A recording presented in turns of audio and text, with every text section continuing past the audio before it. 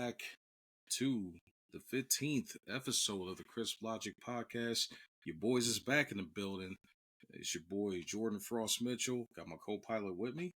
Yes, sir. It's your boy Zay. We back at it. We back in full effect. Like you said, for episode 15. So get ready for a ride. Hope you guys enjoy and stay entertained. Yes, sir. Yes, sir. We got some stuff to discuss here. A lot of stuff here, man. But we got some basketball as usual to talk about on this pod. And I know on the last episode we was talking about getting into some music here, but I think we're going to have to pivot, just, hang tight for a little bit longer because we got some more pressing things to discuss, and we're going to go outside of our norm here. We're going to travel into some legal ramifications for certain celebrities on multiple platforms, and I ain't gonna say we're going to get into some politics, but we're about to get into some beef that just so happens to collide with politics. Oh, for sure. Niggas don't know how to act. Boy, they don't know how to act. They definitely don't know how to act, man. Definitely a lot of adolescency to be discussed here, and dry stitching and whatever you want to call it. Attempted dry stitching, I guess you can say. I don't know. I don't know, man. It sounds like one massive false start if you ask me, but, we gonna get into it, though. But nonetheless, man, NBA Finals, we are now officially done with games 1 and 2, and quite the interesting start to the NBA Finals so far, man. Coming off of, obviously, we had game 1 where the Thunder looked like they was on pace to win that game, and then, I don't know, Pulse just went offline, and all of a sudden, you know how it is with the Pacers, man. They got a reputation for whenever they are not out of it to, find a way back into it, even if it's less than double, if it's like around 10 points with a few minutes left in the game. Pacers always got a shot. But, of course, Pacers, as of this point, I mean, we're 2 games into the series. But I will say they did what they were supposed to do. Went to OKC, stole game 1, and now effectively have home court advantage heading into game 3, heading back to Naptown here, starting tomorrow night, game 3.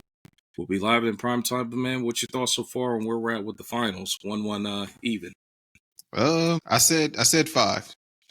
We're still on pace for 5. Still confident in 5? I'm still pretty confident in 5. Like, game 1, you can say it was the Pacers being the Pacers with how they've been playing this postseason. Mm-hmm. But a little bit more of a fluke. I think it caught OKC off guard that they actually did it again. But I don't think it's going to happen again. And Pacers in 5, yeah. I don't want any of that crack that you smoking. Keep it. Who said Pacers in 5? Look at the chat. Already, man. Y'all starting already, man. Nick with the blick. But yeah, with that, I don't want none of that. Man. I don't want none of that. Pacers in 5. I love the confidence. He a Pacers fan, so I respect it. But I hate to hurt your dreams. That ain't happening. It ain't happening in 6 or in 7. They not winning at all. Like, that shit over with. Like, the fact that they got 1, at most they can steal is 2, like another one. They may win 1 more in Indy. I don't see them winning game 3. OKC made the accurate adjustments that they needed to make in game 2, and I don't think they're going to take their foot off the pedal. I wouldn't be surprised if this is a gentleman's sweep. Like, SGA is going to give you 35 every night, and I understand the Pacer lore and Halliburton. What the hell? What the Halliburton? Even though I did say if they stood a chance, I named one person by name. Mm-hmm. Obi stepped up game 1. That he did. And I said it had to be Obi and Cass, and Nimhard stepped up as well. Mm-hmm. It's not gonna happen again, and especially if Hallie consistently is giving you only 15 or 17. That's not a formula to beat them when you have a walking 35 from OKC.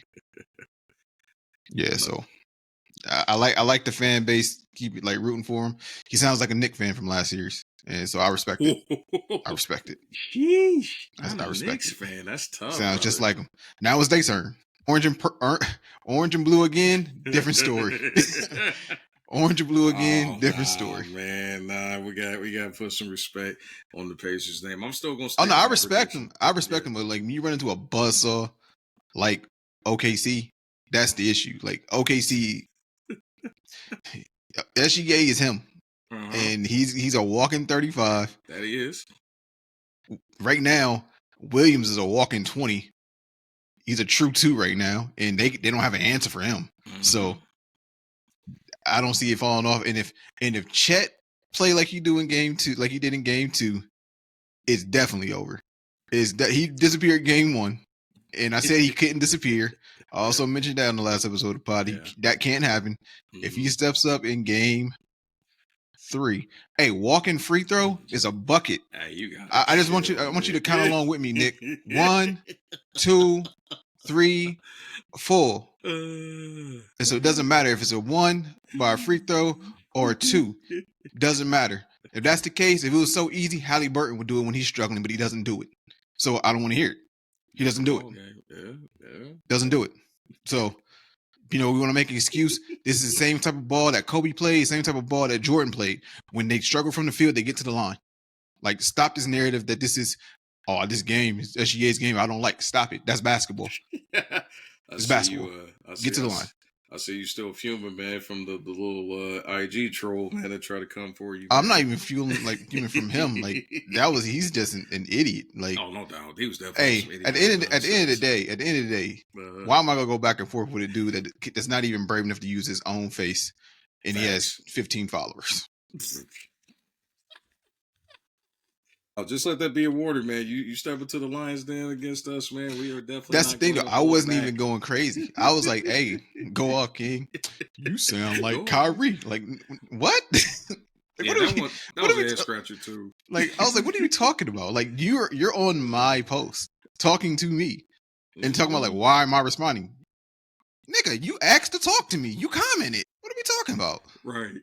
Nah, don't doubt. Buddy definitely tried to come for you, man. I mean, he got his little couple seconds of fame. I just found it quite entertaining, because I'm like, you wasn't even like really like, you were talking to SGA, but like he was making it seem like you had his pom-poms on or some nonsense. But I'm just like, bro, he's just hunting. Like you said, man, another one of them trolls, man, hiding behind a fake photo. You could tell it was like a trolling profile, man. Like, you could tell it wasn't him. Only then posted 2 joints, man, and, hunting for an argument. That's all it was, Nick, man. He was Nick, if you want to know what it is, go to my IG page. It's not the latest post, just next to the latest one. The clip from last week's episode, and it's my second reel in there. And he's an idiot. Like, at bare minimum, I hope it's your son's picture, because if it's not, you just a weird dude to have a kid with blue milk running down the side of his face. Like, that was you're weirdo. Super weird. You're a weirdo. So yes, it is what it is. Shout out to you. Like, follow, and share the pod. That's like I finished up with him. So yeah, it was some nonsense, man. I got quite kicked, but my boy didn't let me down, man. He came back at him, disrespectfully, but he came back at him. Respectfully disrespectful, But nah, man. But getting back to the subject at hand, I'm gonna stick by my prediction. I still think I got OKC in 6. As I knew especially if Indy was able to steal one as they did in game 1, I had a pretty good hunch that like they're not gonna go away quietly. I mean, the world's counting them out. Most of us got OKC picked, whether it's in 5, 6, or 7. But I know Indy's not gonna go quietly, man. I mean, and I think Rick Carlisle kind of summarized it best on what has to be done moving forward in order for them to potentially win this joint. So SGA is gonna get his. Like, there's just nothing that you can't do to stop or slow that guy down. I mean, like you have it highlighted, he's a total package. He's a true 3-level guard. He can get to the bucket, get to the free throw line, hurt you from mid range, and we're talking like Michael Jordan, Kobe Bryant level-esque, like hurt you from mid range, and do it a lot more efficiently than a DeMar DeRozan. So don't even try to like throw them two in the same zip code at all. I mean, SGA is historically like good at the mid range game in general. It's good to see it coming back.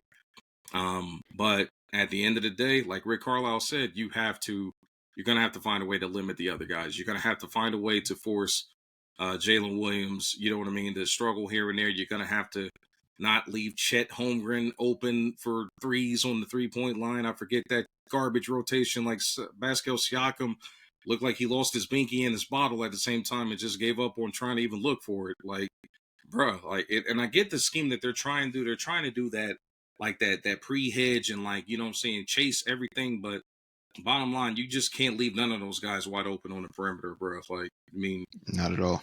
just period. You just can't. You just can't, man. And the fact that it's not just on SGA. I mean, he can hurt you with the ball in his hands, and as we've seen from that game, you know, ball distribution. You mess around and find him wide open for a corner three.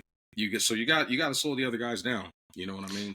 That's the issue. Also, the issue with OKC, bro, they have so many people that can shoot because, like, soon as you think, oh, we got check contain, Lou Dort giving you 5 threes. Oh, we got Lou Dort. Now Isaiah Joe coming off the bench and giving you 3, or Caruso giving you 4. I'm like, freaking Caruso, a knockdown shooter, all of a sudden, game 2. All right, bet. I mean, but when you getting them kind of open looks, I mean, sheesh. Like, you know, everybody getting off. Like, how do you just can't stop that, bro. You're just gonna have to, like, I mean, you might have to go to war of attrition, man. You just want to let SGA go for, you know, 50, 60 and hope he gets tired. And, you know. just let him go. If he get 80 and beat you, is that what it is? Yep. You just go out there. I mean, theoretically, he can't. He's not gonna make every single doggone shot. I mean, you just have to, like, I don't know, man. You're going to have to pull a rope-a-dope, man. You know, do what Ali did against George Foreman. You know, let him wear yourself down, and then in the fourth quarter, start throwing bodies and hope it's got to be something, bro. But you know, dudes' egos go kick in eventually when they go see that 40 on that scoreboard. Yeah. Hey, or let's go old school. Let's go completely old school. Go get James Jones and say, hey, go give him a real hard foul. Like, come on, man. Like, James. go real. Hey, look, the reason you send him, ain't nobody go step to him. Facts. Ain't nobody go step to him. You talking about old boy, the martial artist, James Johnson. Yeah. Go send him. Ain't nobody go step to him. Nobody on that court go step to him. So say sign to a 10-day for the postseason only. he on the roster. Go make him earn that paycheck. He ain't on the floor. Man, crazy. Go make him earn his paycheck.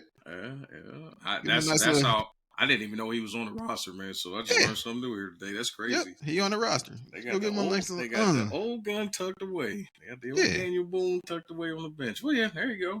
Why not? You know, like I said, ain't nobody go step to, what is he, a 6-degree black belt? Something crazy, bro. Like when I heard that, I said, ooh, that's why David West didn't want to smoke back in the day. Ain't nobody go step down at all. Not at all, man. But I'm confident, man. It's gonna be rocking. Like, I can only imagine that Pacers atmosphere is gonna be rocking tomorrow night, man. Like, it's gonna be insane going back to Nap. And I know OKC has done well. They have not lost back-to-back games. I know their record this postseason is same, but that is going to be the true, like, stepping into the belly of the beast tomorrow night. I mean, and he's gonna have home court advantage. Nap gonna be rocking. I'm excited, man. I'm definitely gonna be tuned in if I get off from work one time. I'll be tuned in for sure. I may even go live on my own or do something like just to watch it and get people's reaction or something. But it's the only way they can win tomorrow or game 4 is, one, Hallie got to wake the hell up. So these 14 and 17 point games got to be done. I mean, I need almost like a record setting type of night for them the next 2 nights if they want to have a shot at winning the series. I mean, 30 points, 12 to 14 assists, no turnovers to 1 turnover. Again, efficient with the ball, setting the pace, running, being efficient with scoring the rock. And he needs Siakam to step up again. And they're at home. He needs McConnell, and he needs Mathurin, and he needs Toppin to step up. He needs all those players to step up. It's going to take a full team effort. They're not like OKC. They don't have that bona fide superstar bucket getter. So they have a budding superstar in Hallie, but he's not a bona fide bucket getter. But they need him to play that way. Get aggressive like you did in the series versus Milwaukee, where you're you're taking Giannis 1-on-1 to the hole for a game winner. Get Mm-hmm. aggressive and getting your back. Act like you want it. That's what's going to have to be the attitude of Halliburton. For sure, the next two games, game 3 and game 4, and really the rest of the series if they want a shot at winning. No more disappearing acts, because if he disappears, everything, all the greatness that he's done this postseason, they want to lump it back into, we told you guys he was overrated. Yes, he showed up and he had glimpses, just like he did the year before. We told you guys he's a flash in the pan, and we've seen a few sparks. So to avoid that narrative, you gotta turn it on the next couple nights. And I like Tyrese. I just like SGA better. Like I told you when we first started the pod, like I favor the bigger guards. Pause. But I favor the bigger guards. No. I mean, he fits that mold. 6'5". He's an efficient LaMelo. So, LaMelo's more flashy and a better scorer. Like if he can embody LaMelo scoring the next couple of days and stay efficient, they can make some noise. But I don't see it fully happening over the next couple games. Not from him. Yeah, it's just, I don't know, man. I just feel like a lot is needed, and they got to get it right.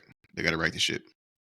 They definitely got to right the ship, man. I mean, they just it's going to take them being staying within themselves. They're going to have to continue to do what they've been doing. I mean, they've taken crazy deficits, man, but they're going to have to literally be on like Rocky mode. They're going to have to take whatever the hell OKC is going to throw at you, man, whether it's like offensive and definitely against the damn defensive blitzes. Like this team is abnormally good at like blitzing the shit out of you.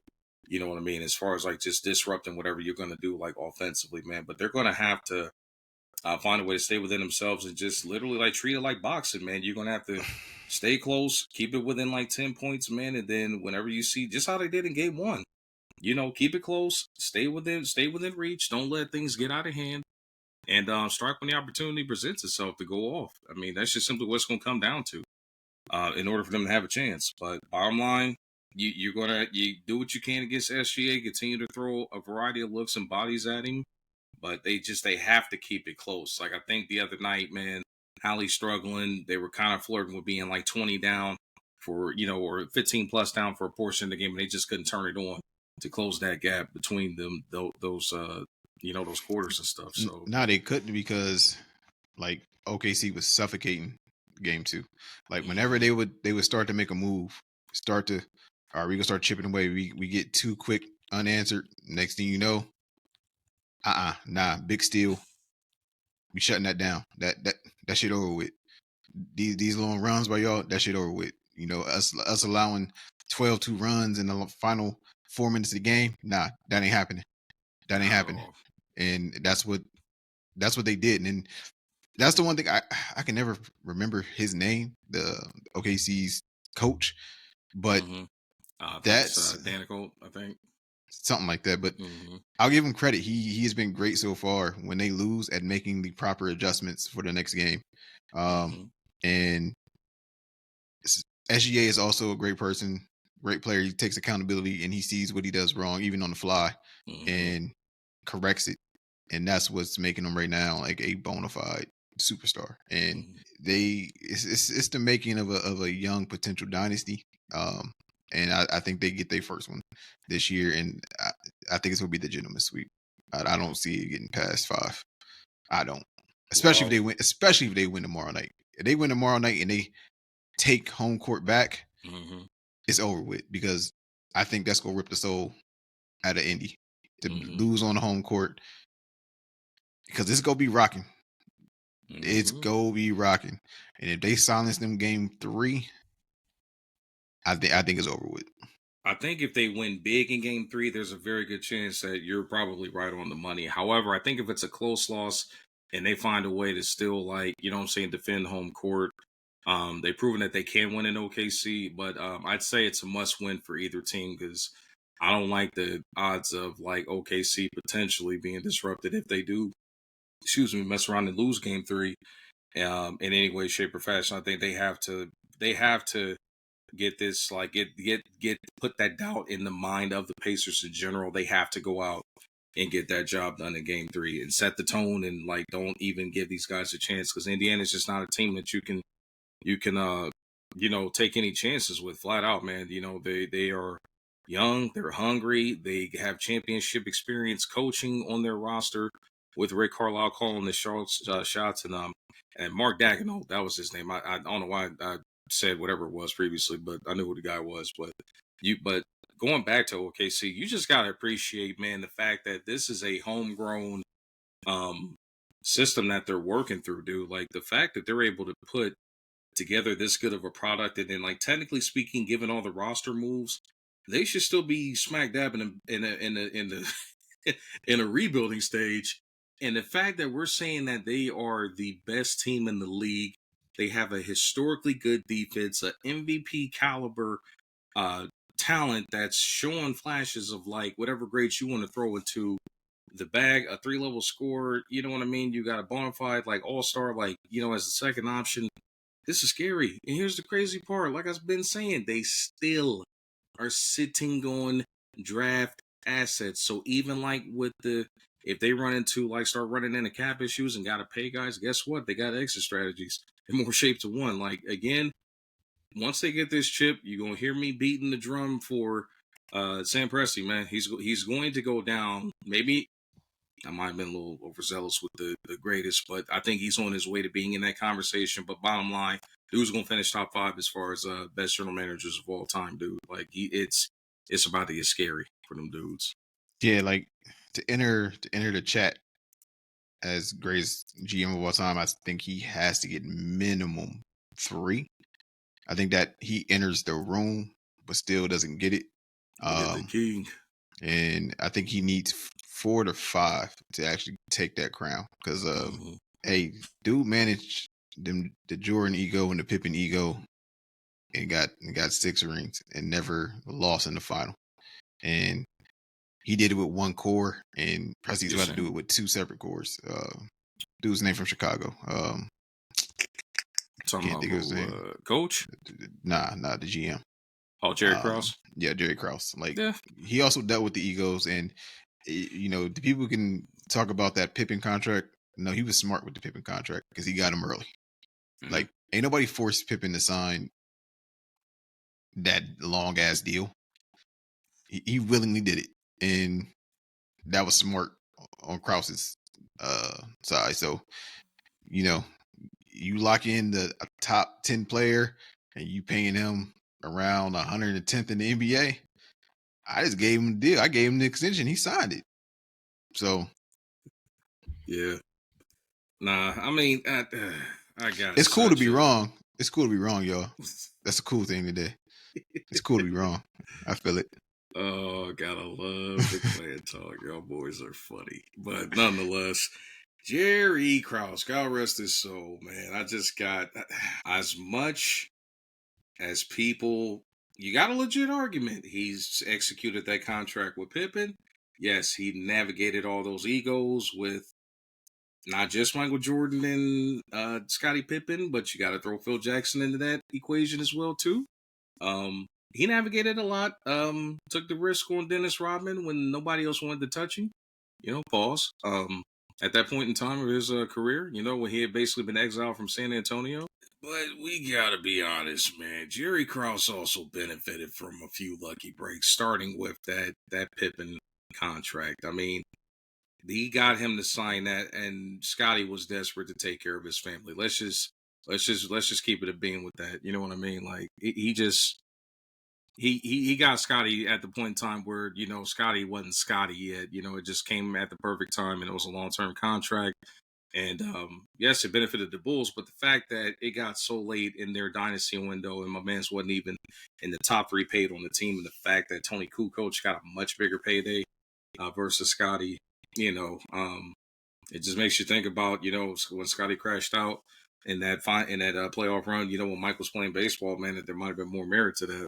But yeah, but like I said, no one forced Pippen to sign that contract. Yeah, it's not like he didn't offer him a deal, and that is what it is. And and even talking about the ego, stopped them from four-peating. Well, Jordan's ego stopped him from four-peating or five-peating, if that's the case, because they don't lose to the Rockets those 2 years he's out. They don't lose to the Rockets. Even though Hakeem is great, they don't lose to the Rocket both years. Not both. So I agree. Because if it was so the that's Chicago also Bulls, so that's also on Jordan. And you know, Jordan was what, 36 at the time at the end of the second three-peat? Somewhere around that mark. Late, Yeah, so I'm like, mid late so 30s. so business wise, it makes sense to be like, all right, we can't keep running. We got to get younger. We got to get youth. Mm-hmm. And it just happened that way. All good things come to an end. Like, and do they beat that Spurs team next year with two bigs, with Timmy and David? I don't know. Like, it's a tough that's a tough take. Like, it's possible. It's possible because, like, it's possible. Like, I don't think they have an answer for Jordan, but they don't have an answer for David and a young Duncan. Nope. So, nope. We don't know, man. You're definitely gonna get your jugglers cut out with one of those guys because Rodman can only defend one guy at one time. I definitely would take Dave Rob over Luke Longley or Bill Winnington or who was my boys to change his name to Bison Daly, Brian Williams, aka Bison Daly, R.I.P. Jason Caffey. I don't care how many bigs you throw at, you're not slowing those two down at that, especially at that point in time. I mean, there's a reason why they snagged that ring from the Knicks back in '99 in that lockout short the season. So, not all good points, but nonetheless, man. Getting back to our joint, and yeah, definitely agree, man. Jerry Krause definitely he wanted the credit. You know what I mean? Like, he definitely had the little man syndrome going on, and he felt that he should have been credited for doing all that stuff. I mean, I get it, but at the same time, if it ain't broke, don't fix it. And just like with all like success, well, not all, but a good portion of successful groups, whether it's in music, football teams, there's business and there's personal, man. And some guys, when business is going good, there's the whole, what about me? Why am I not getting my fair share? Somebody's gonna rock the boat, man. That's why ships can't sail, nonstop across the world, just without like the waters getting choppy. But yeah. But going back to us, we got way off subject, but getting back to the Thunder, this is just a scary situation. Like, and I mean that in a positive way for us to be witnessing, man. They ain't even hit their prime yet, brother. Like, these boys are still pups, and they got the right mix of veteran leadership in their squad as it's kept a major championship contributor, Alex Caruso, that probably ain't being given enough credit for helping probably to bolster their defense, especially when it comes to the fact that dude can not only guard other guards, but he can apparently guard bigs too. I mean, they keep talking about how somehow he was defending Nikola Jokic. I still can't understand that crap. And then just knowing leverage, knowing positioning, getting out the way from a back down and being able to get a reach around, swipe, and get a steal. It's not like he was strength for strength with him. Like, no, he was just being more savvy. Like, all right, I know that you have 90 pounds on me. All right, I'm not about to sit down here and let you back me down.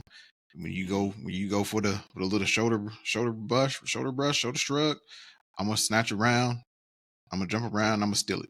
Cool. Let me go get running. And that's what he does. Like, he's a great defender. Like, he's a definition. He's a bench player that's been on the All NBA defensive team, I believe, 2 or 3 times already. And it's not by mistake. He's one of the better perimeter defenders in basketball. And then he does that on a night in, night out basis. And then if he gets you the luxury to being able to get you a couple buckets, get you 9 to 13 off the bench, good luck. Quality minutes. Good luck. That's what it's about. It ain't all about the stars. You got to have depth and quality minutes. No doubt about it. So yeah, like, I don't think he's there for the long haul because Caruso's a little bit older. He's there for probably the next couple of years, which is all they need, especially if they're trying to repeat. But they got to have some growth. Like, if they want to repeat, Chet has to take that next step. William has to continue to take that next step. And I don't know if Hartenstein has a next step, but I would say more consistent. On the offensive side. So that's what they would need, and championship experience and may bolster that and give them that confidence in that game to make them more consistent on a night in night out basis. But only time will tell. And I'm saying it because I believe that OKC has this in the bag. So, like I said, OKC in 5. So sticking to my prediction, OKC in 6, but we gonna see. We're gonna see. I mean, it could end in 5. Who knows, man? We could potentially see a game 7 out of this mess, man. But if that were to happen, it is going to take or we put it this way. We're gonna need what the Halliburton to show up and not Tyrese. Tyrese gonna have to take a back seat and let what the Halliburton do his thing. You mean Urkel? Right. I mean, we got the whole 2 voice thing going, man, which that is still some of the weirdest shit that I've ever seen as far as like how your boy go from talking like Stefan Arkell to Urkel, like in the same conversation, man. That shit's weird, bro. Nah, like you've seen that clip, haven't you? They I've said like he it. ball like Urkel. Oh yeah. Yeah, I seen that too. They need Urkel to show up. Yeah, you're right. They do need Urkel to show up for sure. You're gonna have to find them like Mikes. Them like Pumas. You get the Mike Pumas, man. The scummiest of the scummiest.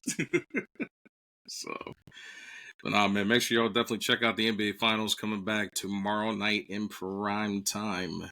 Yes, sir. With that being said, 8:30 to be exact, Eastern Standard Time. ABC. Yes, sir. And we want that check too, ABC. Cut it. Price is way too high. You need to cut it. But speaking of cutting it, we're going to cut over to a very interesting subject that has been in the midst of sports and politics and other things. Another subject that is taking on a whole matter of its own. And we are going to go a different route and discuss the latest with the trial involving Sean Diddy Combs. In case you've been under a rock for the past year 7-8 months. Yeah, basically.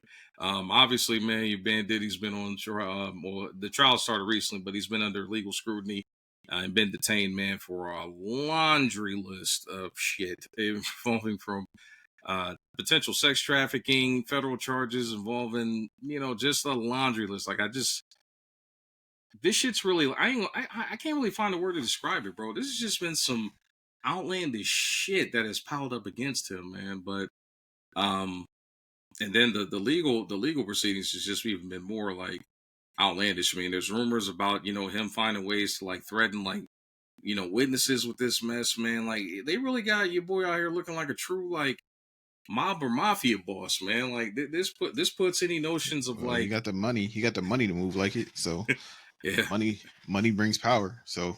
Mm-hmm. It's very possible he could be moving like that. I would imagine with his money and his connections that he can be a very powerful man in some walks of life. So, it's not really shocking. Like we've been hearing bump the last 9 months to a year since the actual legal troubles. If you live in America and you're part of hip hop culture, the stories about Diddy has always been rampant. Like these parties isn't something that just start being talked about. Like everybody's heard of what goes on at Diddy parties. Like it's nothing new. We've even heard things on interviews dating years back and the way he conducted himself on the Breakfast Club a couple years ago with the Charlemagne interview. And then like he's just a wild boy, man. He's just a wild boy. So none of it shocks me. I knew that the trial will be interesting and entertaining. At the end of the day, he's in the entertainment business, so why wouldn't the trial be entertaining? And I know very surface level what's going to be going on with the trial. So I'm gonna let you speak more in detail on the actual trial itself of what's been going on. It does nothing's going to shock me. Like we gotta think about it. Like the one thing that came out of the raids was the one thing that wasn't fucking illegal. Like, why was the headline, he has 1,000 bottles of baby oil? That's like, that's not illegal. It's weird. It's kinky. I guess you could say it's weird. I mean, he might have been a leading stockholder in Johnson & Johnson's and products. he might have. He got enough money to. Why not? He might have that partnership. Send the oil. But like that's not illegal. Like there's nothing illegal about that. Like you can't walk him out and be like, "Hey, you are under arrest for possession of too many bottles of oil." Like that's the one thing. That's the one thing that wasn't a crime, but it was the one thing that was being reported. Like to me, that made absolutely no sense. Like, why are we reporting that? You didn't find anything like criminal, so we just got to talk about, hey, we didn't find this, or we're not gonna release this to the public. But hey, this little freaky nigga had 1,000 bottles of baby oil, so you knew he was up to something. Like it was just wild for that to be the news that was running rampant through social media. It's like just ridiculous. No doubt. Well, I'm gonna rewind the clock just a smidge, man, because I will admit I thought like how I tend to do with it when I'm hearing a bunch of civil lawsuits that are coming out against celebrities, man. I always am thinking, I'm like, okay, let's see what happens when some criminal charges get filed, and if it's just civil, there's just been too many cases where a lot of civil suits are just basically like extortions or like money being like owed to people and people weaseling out of deals. But once I heard that the feds raided this man's place, I'm like, okay, that usually don't happen. Not his place. His places. Yeah, they raided no them all at the exact same time. And just so happens, man's wasn't even at none of them.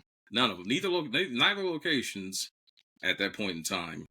And then I think the ultimate nail in the coffin is the fact that when that tape came out of him, and I hate the fact that people really try to, when the Cassie tape came out, man, I'm like, it's over. And this is way before like the legal proceedings like officially started. And they basically had developed got enough evidence together that felt that they can get after him from the criminal standpoint. Once that Cassie tape came out, I was like, bro, that's a wrap. That's just such a bad look for that caliber of a celebrity and business mogul. You're talking about the guy that's at, the helm of big name companies. I mean, obviously his own, Bad Boy Entertainment brand, the clothing lines, the liquor products, fashion, music, entertainment, media. Just when that tape came out, I'm like, bro, that is bad. Like, I knew like his career as we knew it was changed forever. Like I said, like that was the equivalent of like losing 50% of your assets or earnings potential at that point in time, just because of the fact that nobody's going to touch you from pause. Nobody's going to like professionally speaking, do business with you / touch. And I'm going to hit that with a pause again. They just ain't gonna rock with you, period, from the business aspect, because that's just so nuclear and toxic of a situation to be in, So then you add on the behavior, like I guess once he got locked up, and I started hearing about the fact that massive amounts of calls were being made to potential people that were going to testify. I'm like, it's over for this guy. Even if somehow he comes out of this and does minimal time, shit's over. Bad Boy Entertainment is over with. His fashion, links, ties, over with. Revolt TV, all that shit is over. Flat out. Like, I hope he's got money tucked away in offshore accounts, bro, because his earning potentials here on this U.S. soil, it is curtains. Even if he does escape it, and even if the alleged pardon that I still can't believe this shit might happen, but we're gonna talk about him in particular in a little bit. But the fact that it's been floated out there that our U.S. president may potentially pardon Mr. Combs in the event that he is convicted and sentenced in this case, which I know that's a subject you're ready to get over on, Paul. But it's a bigger, if he does that, it's a bigger ploy. Mm-hmm. So it's actually a ploy on us, on our people. Mm-hmm. So he's already done the first ploy, and that's with Larry Hoover pardoning him. right? So because what does our community do? They take that information, they like, oh, they free Larry. He down for niggas. He down for the black people. Like he letting us out. He ain't letting us rot in there. He rock with us. So if you recall, Diddy's impact on the Obama campaign in 08 with getting the main voice, getting young black voters out there, he can almost single-handedly say that he got Obama into the White House because black people showed up and they voted and they showed out. So you want to get that loyalty, you want to get that line to go red. How else do you do it? The main person that's in legal trouble, we're gonna trump up some legal stuff, tell you, hey, we're gonna let you go home. But now you gotta vote red and get those black people to vote our way. And you gotta be that voice of reason for that. So that's one angle. That's the only reason that you can honestly say like why he would do it. Outside of that, like what does he gain from potentially pardoning Diddy in any form or fashion? Like it makes no sense. Like for you to go through a whole trial and then for you to say it mid-trial, you be like, hey, I'm going to keep an eye on this, and after my review, if he is found guilty, I'll consider pardoning him. At that point, like, why do you even want to continue prosecuting him? Because okay, but you still go get the win on your books if you're the prosecuting attorney, but if he gets pardoned, then what? You know what I mean? So I don't know. Like I don't get the angle that he's taking outside of it, potentially getting young black voters to continue to vote red. And you'd be like, hey, well, he won't be in office. He can't run again. Well, with that big beautiful bill that he got and that he's trumping up, he's trying to find a way to circumvent that and get it into another term. So it makes sense from that standpoint of why he would do it. It's the only thing that makes sense in any form or capacity. It's not, you have to make that be a chess move. It's chess, not checkers. Like he's not doing it just because he woke up and felt like pardoning Diddy. It's a rhyme and a reason if he is to pardon Diddy that he's doing it. So, and to circle back, Justin, bro, JB, I don't know why you would keep buying baby oil. I don't know. I don't know. But shit. Yeah, I don't know why. None of us knows why, but it's still not a crime. It's still not a crime. Yeah, I mean, you're absolutely right. I mean, the main shit that they're trying to get him on, unfortunately, goes back to the the oldest profession in the game, which, I mean, it's a modernized version of prostitution. I mean, when you think about it, I mean, bottom line, sex for money. I mean, at the end of the day, the shit's like not theoretically not legal, but it's and that's what clouds this whole shit because of the fact that they're trying to get him on like sex trafficking charges, but at the same time, it's like, can you really get him on that because you have people that willingly participated with this shit, was compensated for this shit, and was also, in case of Cassie, which I hate the fact that she's tied to this shit, with her potentially orchestrating this shit. I'm just like, this is such a bad look. Like, hey, I just, it's just such a bad look, bro. Like, across the board. Hey, JB, that boy Diddy's not just freaky. He is overly freaky. Like I said, if just find that clip of that interview where he's on the Breakfast Club on the call on the call and you just hear the dude start yelling in the background. Like Diddy is crazy. Chill out, bro. Hey, if you get pardoned, why not?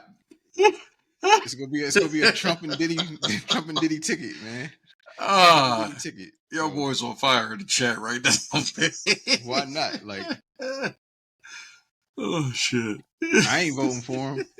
That'd be the single-handedly the most devilish ticket ever. Oh yeah, could you sinister? Hey, just imagine him and Kanye like in 2028, bro. Like, Hey man, Canada might be looking real good at that point in time, bro. I ain't gonna hold you. be like Martin Luther King at the end of that Boondocks episode. Damn you niggas! I'm moving to Canada. Damn you niggas! Oh, shoot. Like Kanye said, or at least the old Kanye said, "Look, y'all niggas, I'm out of here." Niggas, buddy, man. He's wildin', bro. Nah, that's crazy, bro. Diddy 2028. That's wild. I tell you what, if he getting good with old Donnie, man, and get that pardon going. But yeah, I ain't gonna lie to you, bro. I'm gonna go a different route because I know you brought that up about like how Trump's got that ploy behind that, and The as big far as beautiful like bill, big beautiful, big beautiful bill, It's the tremendous, most beautiful bill you've ever seen. tremendous. It's gonna be bigly, tremendous. But but I'm gonna go a slightly different route, bro. I don't even think it's so much as a ploy on our people, or just like the voters that can't quite see outside of the power of influence. I'm gonna strictly say it's business. I think that your boy it probably has contributed some campaign funds that might be off the record, and that would be the only reason why I could see him even remotely talking about pardoning this dude if he's convicted at this point. Like, what else makes sense at that rate? Like, look. The reason I'm gonna say that don't make sense is actually a great tea for our next one. That campaign money don't mean shit. Yeah, apparently 280 mil. And he's like, "Hey, I'm a backdoor your ass. All right, you think you my boy? You think you my boy? I'm about to slime you out so crazy, so crazy. Just hold my beer. Just hold on, Elon. You about to get slimed out crazy. Oh shit, crazy, bro. God. Like, bro, like Trump has no loyalty. His loyalty is to himself and that weak ass comb over. Like, that's what his loyalty is to, bro. Nigga, it's ridiculous, bro. That is the most tired, exhausted, decaying comb over I've ever seen in history, bro. We gotta keep it. We gotta keep it a being, bro. Like I don't care how you feel politically, man. He's got the most nastiest. Bro, he has no sense of style, bro. He's like the worst dressed president ever. How are you a multi-billionaire and like none of your suits are tailored to you? Like oversized Steve Harvey off the rack suits. Like it's Steve Harvey ridiculous, bro. It's ridiculous. Like none of it fits, but he's in the greatest shape. I'm in the best shape of my life. I'm in the best shape of my life. I'm the most fit 76-year-old. I can run laps around you. Like, shut up, bro. Like, I know everything too about fitness, believe you me. Bro, it's just fucking ridiculous. I ain't gonna hold you. Like, shit. They both will be insane, bro. Yeah. Ain't no way. I ain't never coming outside both of them like we're in the office. Oh no, ever. I'm definitely. I'm going somewhere. I don't know exactly where, but I'm going somewhere, bro. Like, get that. I don't know. Yeah, but like we briefly touched on it, but yeah, like going to it, the billionaire battle, the billionaire blow up, the richest man in the world versus the most powerful man in the world. So we know a thing or two about beef, and now we're going to discuss beef at its finest, the tremendous beef. I wouldn't even say that is at its finest, but that was a crazy statement. I just thought about it. I'm like, I gotta pause that, bro. The tremendous beef is wild. I hope somebody clipped that. Yeah, you deserve to go viral for that. The tremendous beef is crazy. That's crazy. Oh shit! Yeah, I was like, oh, I got it.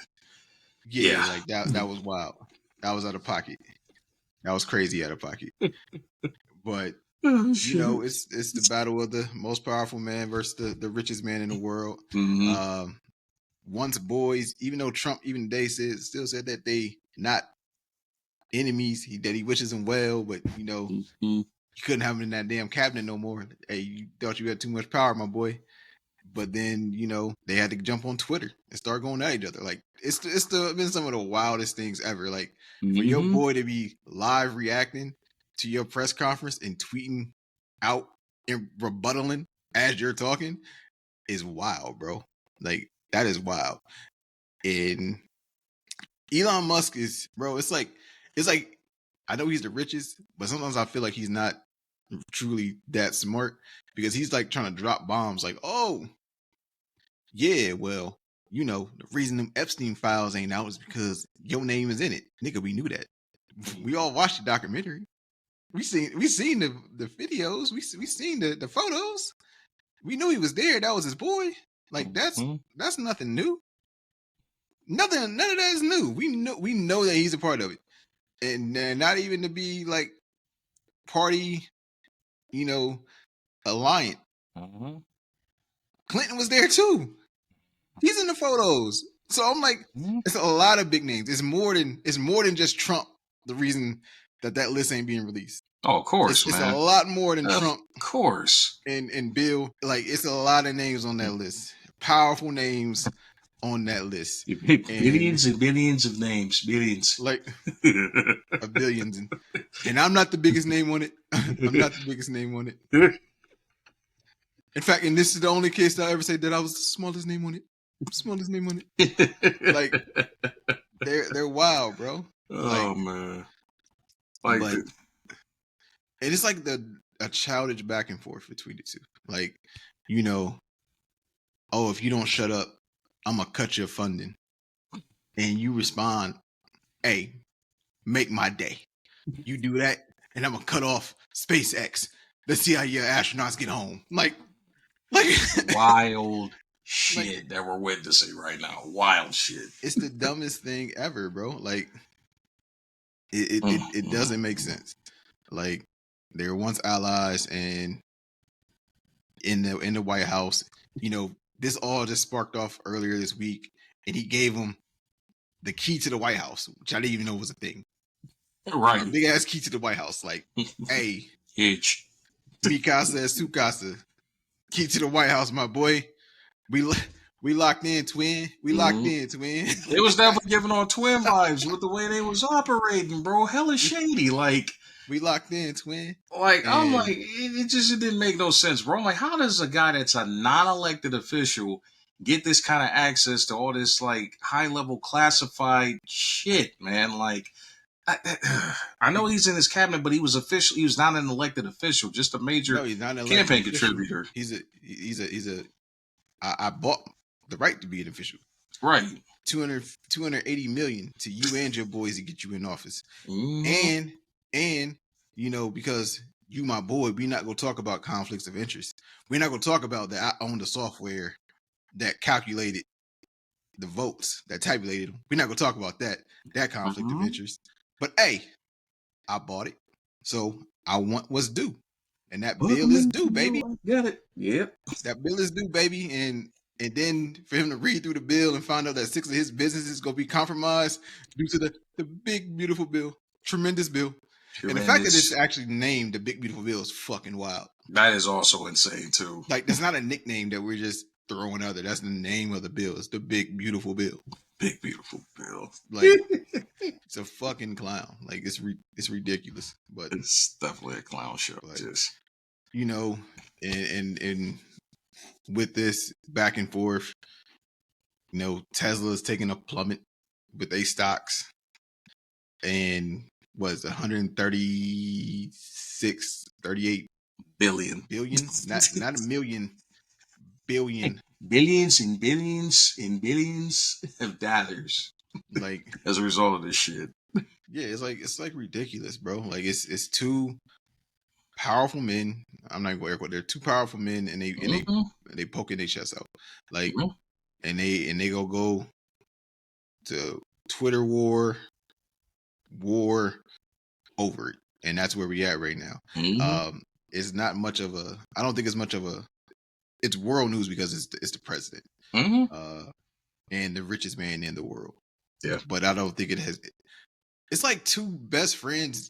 No, I can't even say best friends because I wouldn't fight with my best friend like this. I would say it's giving teammate vibes, bro. Like, like Pippen and Jordan. You right? Yeah, and I'm talking like post Last Dance beef. It's giving that kind of shit. My man's ex-wife is dating my man's son, and it's giving off like old teammate vibes, like, teammates turn enemies type stuff, man. Like, you got people like pulling endorsements and stuff. And I'm like, bro, like y'all was just like shaking hands, all kumbaya on camera, involved in all these damn meetings and shit, and all because one bill impacts somebody from the financial standpoint. Now we got a problem. But it just goes to show, man, this is just another classic case of um money. The love and pursuit of money is simply the root of all evil. It just you And can be attention. and And attention attention. too, especially in the case of these two clowns, as far as like with their power and influence, man. But bottom line, when you start messing with people's pockets, um emotions get high, and as the saying goes, when emotions are high, logic is low, flat out. You know what I mean? It's a matter of, if my pockets are threatened, I'm going to do everything, even if I have to embarrass my damn self to do it, to defend it and make sure that I get my just due. That's just what it comes down to. I mean, it's supposed to be business, never personal, but obviously it gets personal in this case because you talking a shitload of money that's on the line with these two. You know what I mean? From the political standpoint to the personal business investments and standpoints. So it's going to be interesting to see what happens, man, because I think it's far from over. There's been too much that's been done for it not to have some more, like, bigger ramifications down the line. So, Like it needs to be over. But it's not. mhm, We're dealing with two petty individuals. Um, so we'll see what happens. Um, yeah, two super petty individuals. mhm, And you know, honestly speaking, Trump got bigger eggs to fry in this country than mhm, a beef with Elon Musk. Like I don't fully know what's going on. 100% dove into what's going on in LA right now, but I do mhm. know it's with the ICE agents doing the raids and them people out in LA basically not having that shit. Nah, So man, those videos so coming out of LA is insane right now, so bro. I know like that bare minimum of stuff, but like Hmm. it's bigger shit to deal with than Look at Elon that right Musk. there. And you want to sit there and go back and forth on Twitter, or even when addressing Truth that, Social and still all take a that. moment to address Elon. Like bro, be a fucking president. Address what actually needs to be addressed. Address Hmm. what's important. Like Hmm. the big beautiful bill isn't important right now. Elon Musk It's isn't important right now, but what's going on out there in LA is, and you not making that the main priority. Like mm-hmm. everybody need to be like a little bit more like our man Mike Tomlin. Keep the main thing the main thing. Keep God the damn it. main Keep the thing. main thing the main thing. And he will not do that. He refuses to do it. Nah, Um, man. but I don't know if you know more about what's currently going on. Like I know bare minimum, like surface level. But I do know that's what's currently going on. No, then I think that's mainly stemming from the inaction from the public officials out there to stop this stuff, which I know I forget what the mayor of Los Angeles, her name is off the top of my head, but I know it's involving her, and Governor Gavin Newsom just simply not defending, or putting more attention on other pressing matters. You know what I mean? As they are trying to block these ICE raids and stuff, and just folks in LA are tired of it, man. But all I know is from the loose like footage that I've seen of the situation, that's a serious situation that's brewing out there, man. I mean, you're talking to the point where they've had to call in like National Guards, and when the LAPD as a police force is on the record for saying that they're overwhelmed with all that manpower, it's some major shit going on right now in LA, man. But it's crazy, bro. What's happening? I mean, Hollywood is really looking like Hollywood right now, bro. Between the fires from not too long ago to this mess now, man. Like, yeah, we're gonna definitely be a little bit more knowledge and and up to date and educated on that subject, man. For next time we get back on the air, but nah. Bottom line, man, we need Trump to worry about bigger nonsense. And Elon, I mean, yeah, it's been entertaining, but apparently you need to tend to your own private business affairs and get the heck out of this politics stuff, man. Like, because yeah, especially if you're trying to salvage this Tesla debacle, man, because it ain't looking good for the state of Tesla right now in And general. Tesla it's gonna make a bounce back. Like everybody they love the EVs, because they're saving whatever they saving. Yeah, Um, they you saving. know, Meanwhile, you can't even. Oh, yeah, they saving saving the stuff ozone already. layer. They're saving the ozone layer, and they're going green and all that jazz. So Malarkey, bro. I still think we are quite a few years away from EVs being sustainable. And if the fall of the Cybertruck showed you anything, man, I mean, bottom line, terribly designed, poor choice in metal selection. Bottom line, if you get into an accident with one of those things, good luck not seeing your product for at least like the next 6 or 7 months. So, yeah. But hey, man, it is what it is, man. That's what happened when you're the richest man in the world. You just do whatever the fuck you want. pretty much, Do whatever the fuck you want, man. And no basically. stockholders to answer to. You do whatever the fuck you want. Yeah, you're right about that, brother. You're definitely right about that.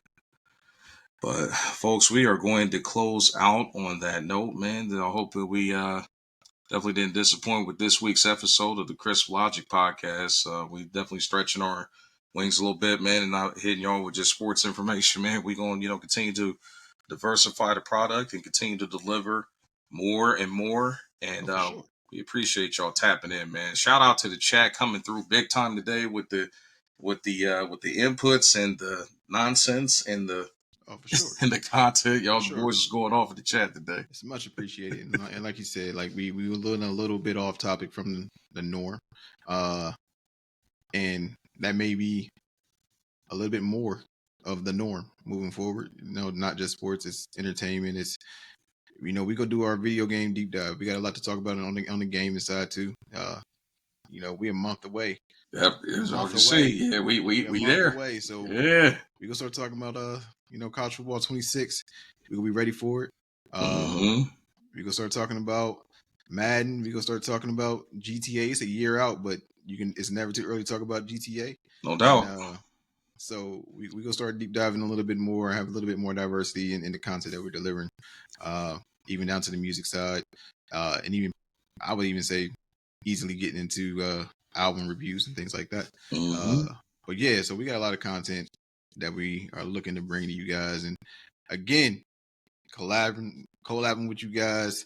We love to have some people on. As long as you're not scared to get on cam and show them pearly whites and say what's up to the world.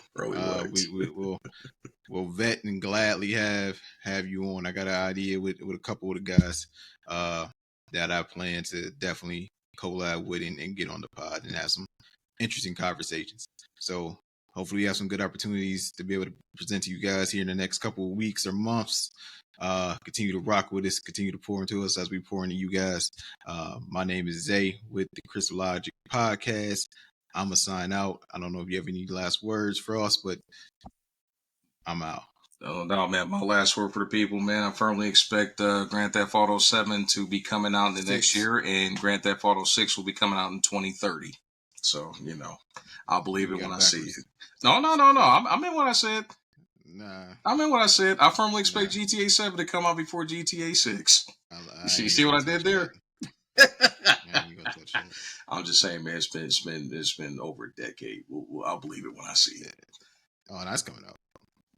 We'll see. We'll see. All right, but I'll tell you what. GTA 6 coming out in 2028, and then GTA 7 will be out, next year.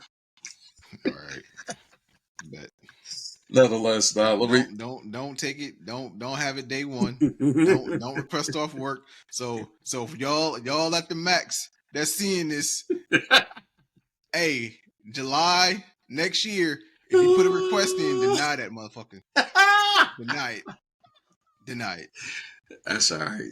Hopefully I see me back to that PC status and I ain't got to worry about no requests. I can just scribble that in and be good to go. Nah, we gonna circumvent that because apparently the way some of y'all motherfuckers wilding up there, they can do what they want. Nah, man, nah. Hey, chill. Hey, y'all, it's been real. It's been real. We appreciate you guys. We signing out. You guys have a good one. We out. From your boy Zay to your boy Jay, aka Frost Mitchell. I'll let y'all on the next episode of the Chris Logic Podcast. Your boys be easy. And ladies too. Peace.